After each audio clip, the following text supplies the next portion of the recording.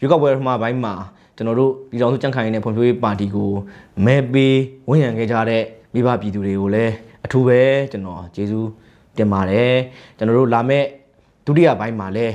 တပည့်ဆန္ဒရှင်ပြည်သူများအနေနဲ့ပြည်ထောင်စုကြံ့ခိုင်ရေးနဲ့ဖွံ့ဖြိုးရေးပါတီတနည်းအားဖြင့်ပြည်ခိုင်ဖြိုးပါတီကိုဝိုင်းဝန်းကျွန်တော်တို့အားပေးကြပါအောင်လို့ပြောကြလိုပါတယ်ပြည်ခိုင်ဖြိုးပါတီအနေနဲ့နိုင်ငံရဲ့တာဝန်အရရက်ကိုတာဝန်ယူခွင့်ရပြီဆိုရင်ဘာတွေဆောင်ရွက်ပေးမယ်ပညာရေးကျန်းမာရေးငြိမ်းချမ်းရေးနဲ့နိုင်ငံဆက်ဆံရေးအပါအဝင်အခြားသောကိစ္စအရရက်မှာကျွန်တော်တို့ဘာတွေဆောင်ရွက်သွားမယ်ဆိုတာရွေးကောက်ပွဲမဲဆွယ်စည်းဝေးခီးစဉ်တွေမှာသူတို့ရဲ့ရွေးကောက်ပွဲကြီးညာစာတမ်းတွေနဲ့အတူမိဘပြည်သူများစီကိုသူတို့ဂရီကိုအတေပြုခဲ့ပြီးဖြစ်ပါတယ်ဒါကြောင့်မလို့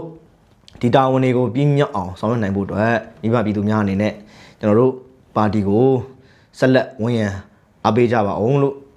ပြောကြရင်လည်းဒီကုန်းချော်ရပါတယ်17ရက်တလ2026ရက်နေ့မှာမဲဆန္ဒရှင်မိဘပြည်သူများအနေနဲ့မိမိတို့ရဲ့အခွင့်အရေးကိုအသုံးချပြီးတော့မိမိတို့မြို့ရွာဒေသကိုကိုစားပြုတဲ့